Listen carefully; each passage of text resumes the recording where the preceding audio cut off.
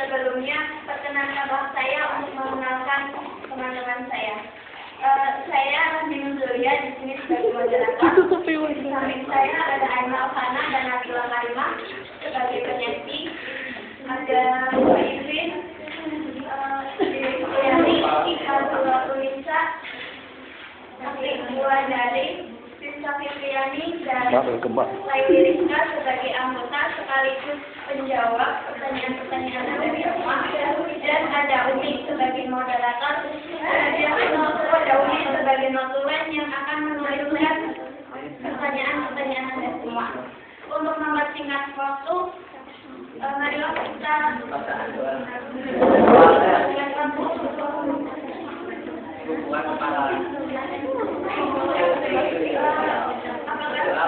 sudah mulai presentasinya sekarang kepada Ananda dan Nabila Karimah sebagai penyanyi, kami persilahkan.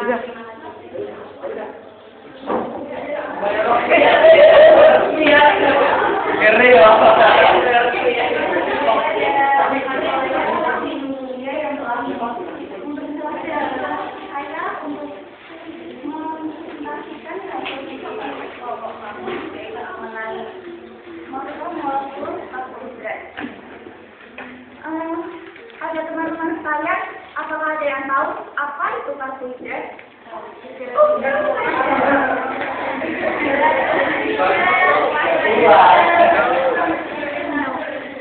Karbohidrat itu merupakan senyawa gabungan dari karbon, hidrogen, dan oksigen.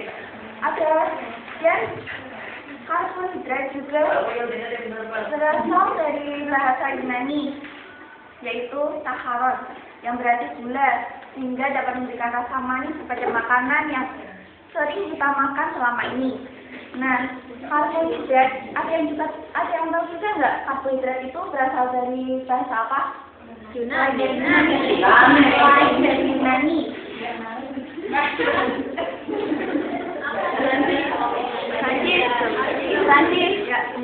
Karbohidrat juga berasal dari kata karbon dan hidrat, yang berarti hidrat air. Kemudian karbohidrat juga memiliki rumus yang sering, yaitu H12O6, 6 kali CH2O. Karbohidrat juga berfungsi utama sebagai sumber energi, dan ada pula tiga fungsi utamanya juga, yaitu satu, pemberi rasa manis yang tadi sudah saya katakan. Kemudian yang kedua yaitu penghemat protein. Yang ketiga, pengatur metabolisme lemak. Memberi rasa manis, karena karbohidrat itu mempunyai unsur sakarida di dalamnya yang mengandung rasa manis, sehingga dapat memberikan rasa manis di dalam makanan-makanan yang sering kita makan. Kemudian penghemat protein. Apa maksudnya dari penghemat protein ini? Penghemat protein berarti jika dalam tubuh kita kekurangan karbohidrat, maka protein tersebut yang dapat menggantikan karbohidrat di dalam tubuh kita. Fungsinya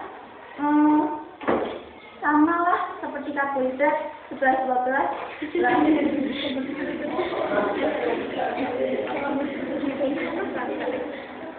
Tetapi protein tersebut berfungsi utama sebagai zat pembangun dalam tubuh kita yang menggantikan fungsi karbohidrat. Kemudian yang ketiga yaitu pengatur metabolisme lemak. Jika dalam tubuh kita kelebihan karbohidrat, maka karbohidrat tersebut akan disimpan dalam jaringan lemak sebagai cadangan sumber energi di dalam tubuh kita. Apabila kita akan melakukan aktivitas sehari-hari kita, setelah itu karbohidrat itu akan dikeluarkan lagi sebagai energi yang akan kita gunakan. Kemudian definisi dari karbohidrat sendiri itu saya sudah jelaskan tadi, yaitu berasal dari Prancis, hidrat de karbon, yang berarti hidrat arang. Kemudian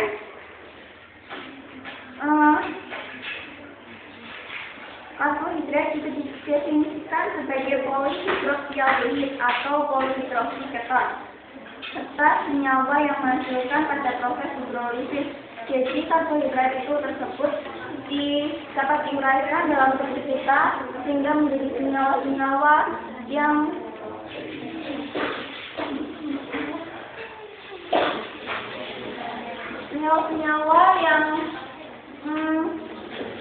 akan mengalami reaksi polimerisasi tersendiri, kemudian akan digunakan dalam aktivitas sehari-hari kita.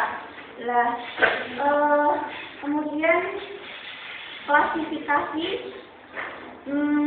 bagian monomer dan reaksi polimerisasi akan dijelaskan lebih lanjut oleh rekan saya, Nabila Karimah. Berarti Nabila Karimah, saya persilakan waktu dan tempatnya.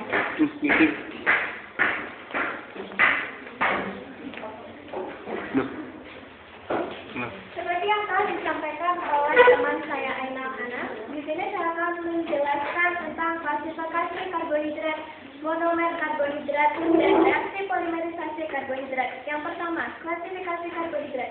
Karbohidrat itu terbagi menjadi 3 golongan. Yang pertama, monosakarida, disakarida, dan polisakarida.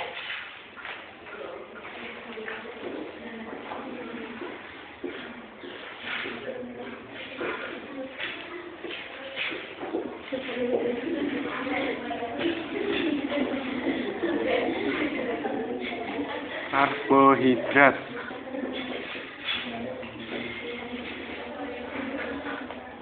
Monosakarida. Cukup.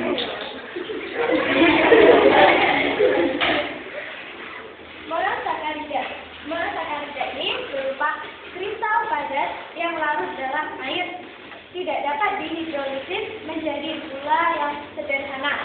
Berarti monosakarida adalah penyusun karbohidrat yang paling sederhana. Berdasarkan gugus karbohidratnya, monosakarida dapat berupa aldosa dan ketosa.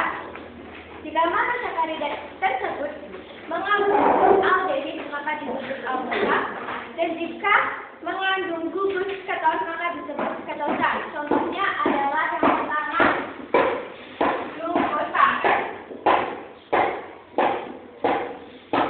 Glukosa ini merupakan senyawa terpenting penyusun karbohidrat.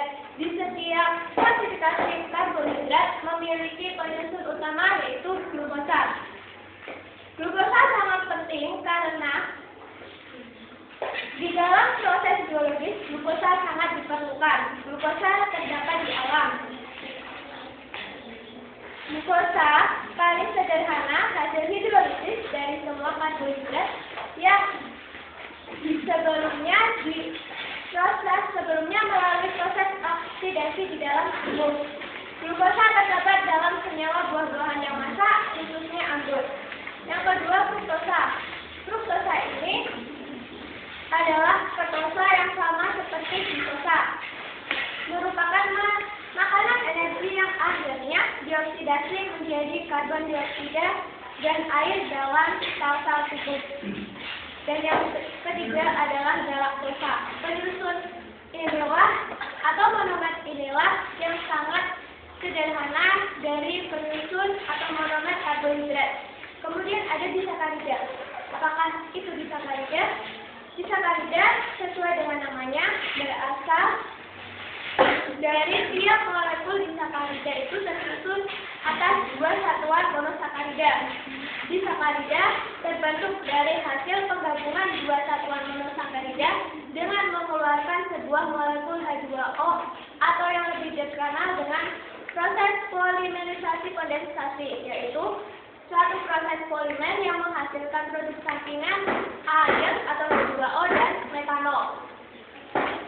Ikatan yang menghubungkan antara dua monosakarida tersebut disebut dengan ikatan glukosida. Contoh yang pertama, maltosa. Maltosa atau gula gandum tidak terdapat bebas dari alam. Maltosa ini tersusun dari 2 monosakarida yaitu glukosa dan glukosa. Glukosa kuadrat.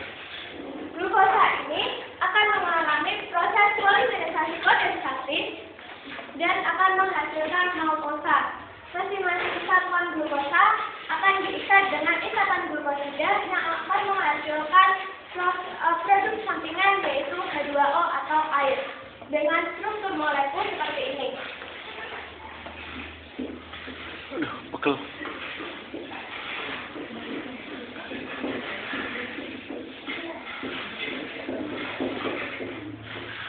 Oh, apa sih kuwi?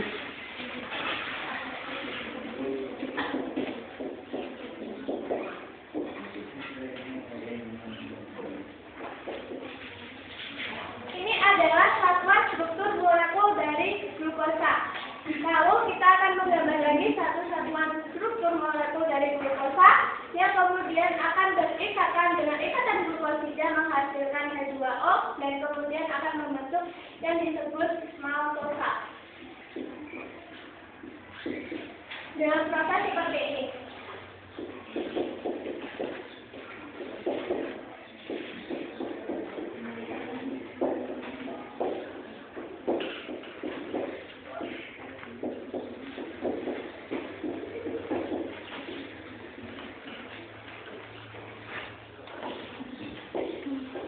Pegel. Dengan cara seperti ini, C1 akan menyerang C4. Lalu bagaimana kita tahu mana yang C1 dan mana yang C4? Kita tarik O dengan ke arah jarum jam. Lalu kita memberi nomor pada C-nya. Ini adalah C1, 2, 3, 4, 5, dan ini C6. Ini adalah C1, sama seperti sebelumnya. Ini C1, 2, 3, 4, 5, dan 6. C1 menyerang C4. Lihat posisi C1 dan C4. Posisi ini adalah posisi yang saling berdekatan. Kemudian, ini bisa saya tulis menjadi, bukan OH lagi. Boleh saya tulis menjadi HO.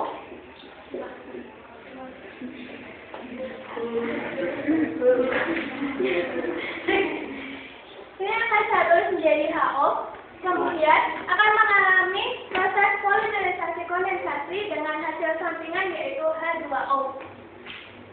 Berarti kan seperti ini. O-nya tidak ikut kan? Paham? Belum. Oh. Kuing. Karena akan menghasilkan H2O. Hanya berarti ada berapa? Nah, kalau O-nya ada satu. Berarti O-nya yang ini otomatis tidak akan ikut dalam proses polimerisasi kondensasi ini kan? Iya.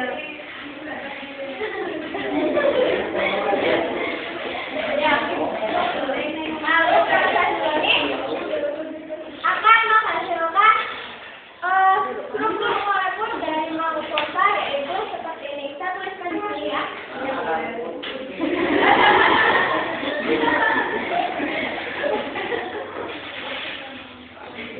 Tuh yung. Oke, tok eh.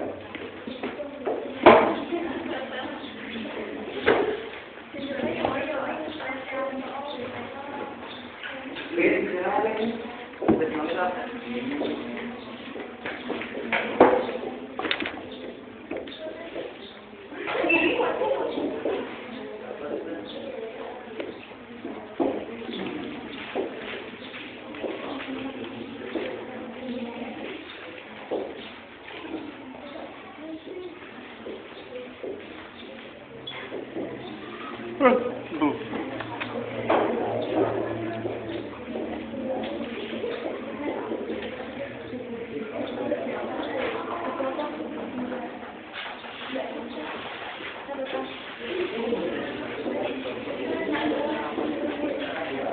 Miring.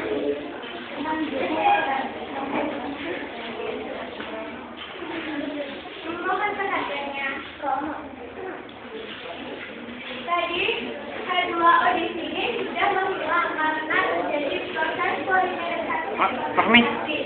Ini tuh. Maka Oke, tok. hasilnya akan diikat dengan ikatan glukosid yaitu O.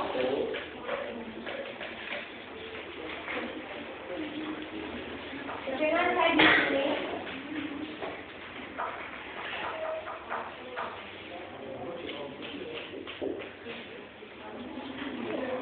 Ya Allah, pegel.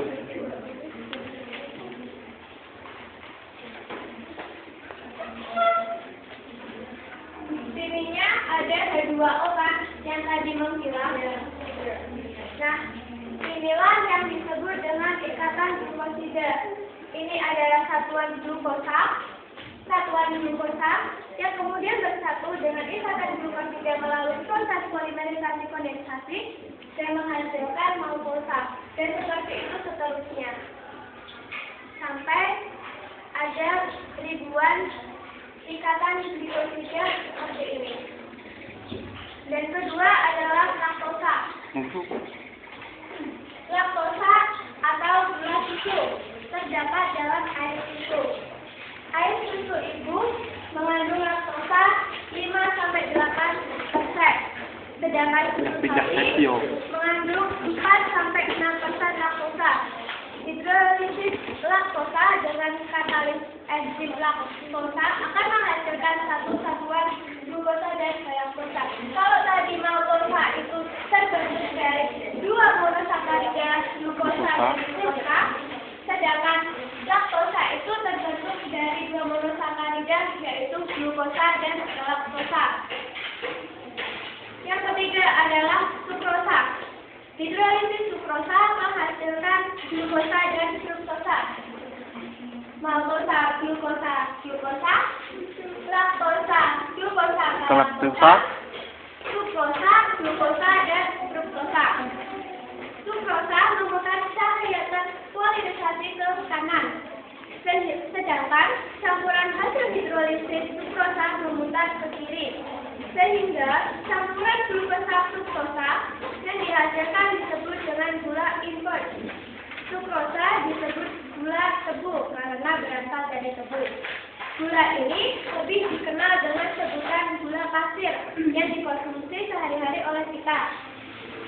Sukrosa lebih manis dibandingkan dengan glukosa, tetapi tidak semanis fruktosa. Kemudian ada polisakarida. Yang pertama monosakarida, yang kedua disakarida, yang ketiga adalah polisakarida. Polisakarida itu adalah klasifikasi karbohidrat yang ketiga. Sesuai dengan namanya, molekul polisakarida terdiri dari banyak molekul monosakarida, bahkan bisa mencapai ribuan ataupun jutaan. Polisakarida yang terdiri dari satu jenis disebut homopolisakarida, dan yang terdiri dari banyak disebut dengan heteropolisakarida. Contohnya, di situ sudah dituliskan ada amilum atau pati. Dalam kehidupan sehari-hari disebut dengan zat tepung, yang merupakan gudang energi karbohidrat yang utama dalam tanaman. Zat ini termasuk pada proses fotosintesis dalam klorofil dengan bantuan energi matahari. Hidrolisis amilum dengan katalis enzim amilase atau enzim diastase akan menghasilkan sejumlah satuan maltosa. Dengan kata lain, polisakarida ini terbentuk oleh beberapa disakarida. Jika polisakarida itu satuan karbohidrat yang paling sederhana, disakarida satuan dari monosakarida. Disakarida adalah susunan karbohidrat dengan penggabungan dua satuan molekul monosakarida, sedangkan polisakarida adalah susunan karbohidrat yang terdiri dari banyak disakarida. Yang kedua ada glikogen. Glikogen adalah karbohidrat yang menjadi gudang energi pada manusia dan hewan. Glikogen disimpan dalam hati dan otot. Glikogen sering disebut dengan pati hewan atau gula otot. Dalam tubuh, glikogen dipecah untuk mendapatkan glukosa guna pemeliharaan kadar gula darah dan untuk memberi energi guna aktivitas otot. Jadi glukosa ini suatu molekul paling sederhana pembentuk karbohidrat dengan konsentrasi terbanyak dibandingkan fruktosa dan galaktosa. Oleh karena itu karbohidrat rasanya manis. Selulosa. Struktur polisakarida utama dalam tanaman.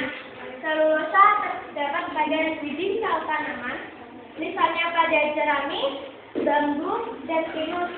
Selulosa zat padat berwarna putih serta seluruh pelarutnya. Selulosa banyak digunakan untuk membuat kertas, kain, rayon, atau sutra sintetis, dan bisa juga digunakan untuk membuat bahan peledak. Wis. Dan terakhir dari saya adalah fungsi karbohidrat. Seperti yang kita ketahui, karbohidrat merupakan sumber energi utama dalam hidup.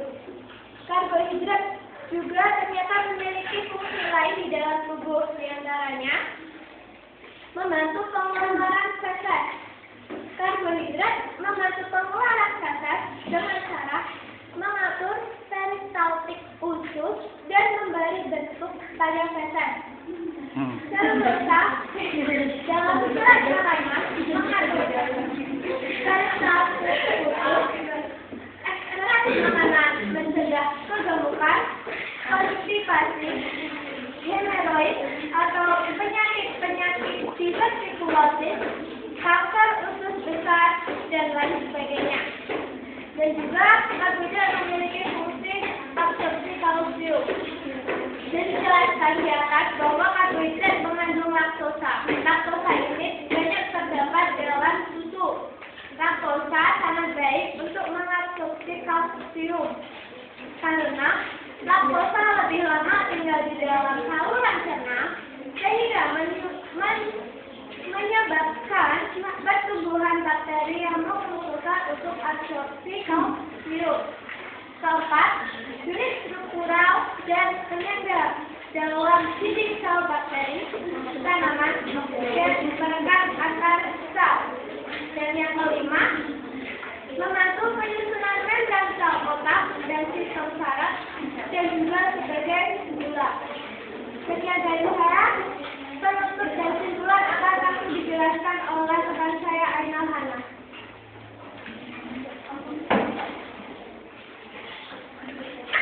Terima kasih atas rekan saya Nabila Karimah yang telah menjelaskan lebih lanjut mengenai klasifikasi dan nomornya dan reaksi polimerisasinya. Nah, kesimpulan dari semua ini, maksudnya karbohidrat ini yaitu, berarti kan karbohidrat itu merupakan senyawa gabungan dari karbon, hidrogen, dan oksigen yang terdapat di alam ini yang terkenal luas. Dan kemudian karbohidrat juga merupakan makro-molekul yang penting sekali bagi makhluk hidup. Dibutuhkan makhluk hidup sebagai sumber energi untuk menjalankan fungsi biologi penting lainnya, yaitu sebagai penyedia sementara glukosa, unit struktural, dan penyangga dalam dinding sel bakteri, tanaman dan perekat sel, kemudian penyusun membran sel otak dan sistem saraf, juga sebagai gula produksi. Karbohidrat juga dapat kita jumpai dalam kehidupan kita sehari-hari seperti dalam roti, nasi, gandum, biskuit, kemudian juga diperoleh dari kentang, serealia atau pasir dan madu serta buah-buahan. Nah, pada dasarnya klasifikasi monomer reaksi polimerisasi itu adalah satu kesatuan. Seperti yang dijelaskan oleh rekan saya tadi, karbohidrat tersebut tersusun dari banyak molekul, glukosa, fruktosa, dan galaktosa. Ketika molekul ini mengalami hidrolisis, klasifikasi karbohidrat terbagi menjadi 3, yaitu monosakarida. Contohnya apa ya sih? Monosakarida? Glukosa. Glukosa, fruktosa, dan galaktosa. Sedangkan disakarida, contohnya Maltosa. Sukrosa, dan fruktosa. Dan yang terakhir yaitu Sakarida. Polisakarida. Dan contohnya amiloglikosida.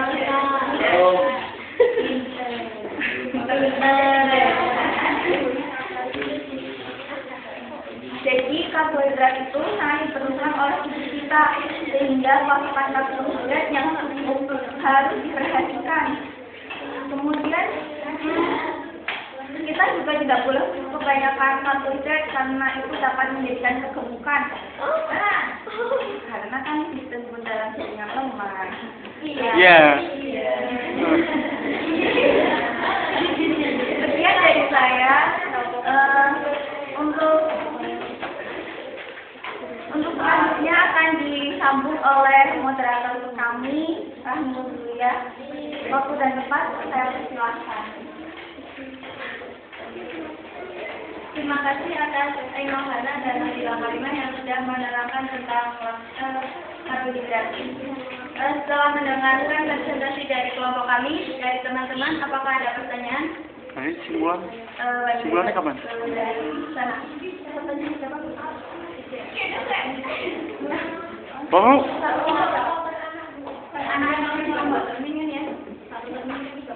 Oh.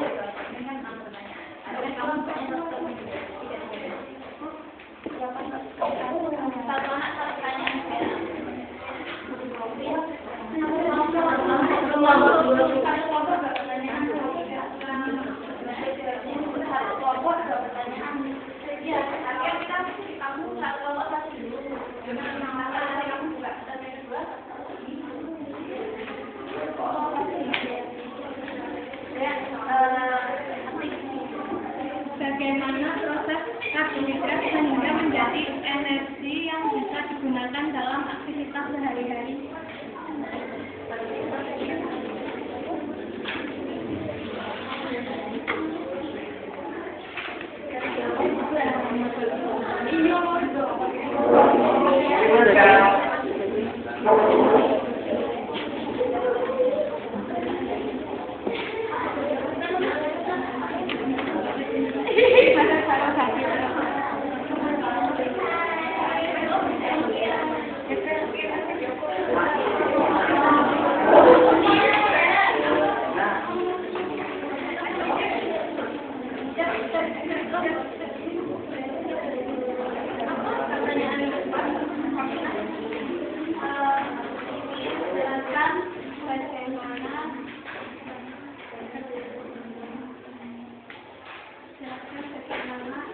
Proses karbohidrat yang berperan untuk menangkap dan menyimpan data dalam memori otak.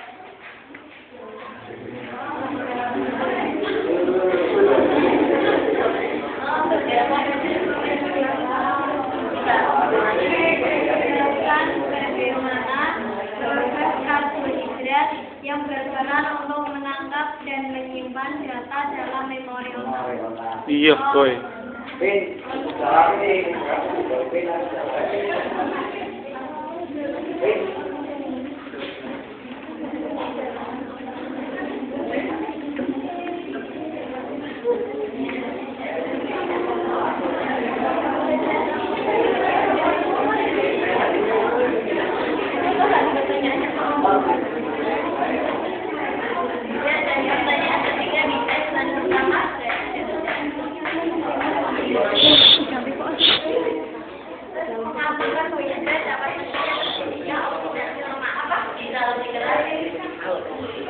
Mengapa karbohidrat dapat mencegah terjadinya oksidatif lemak?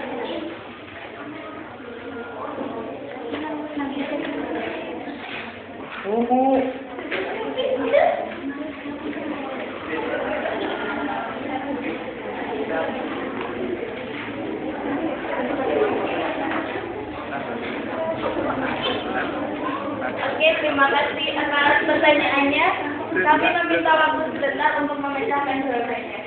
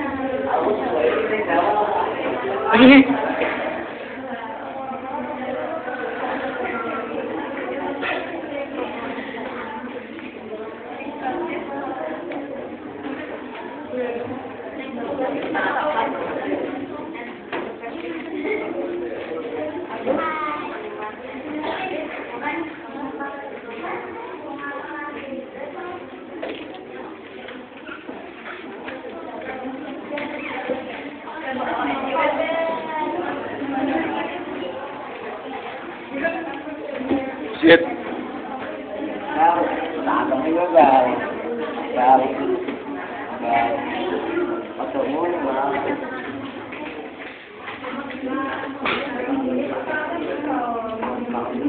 Ya, Nek.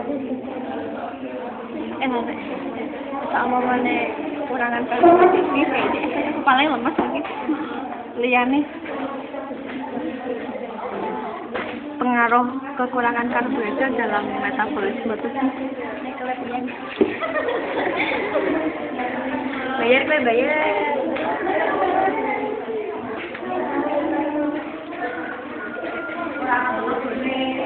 Amit.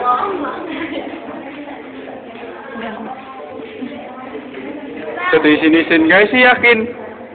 Guru versi Ini ya. kurang kerjaan aku suka kamu nanya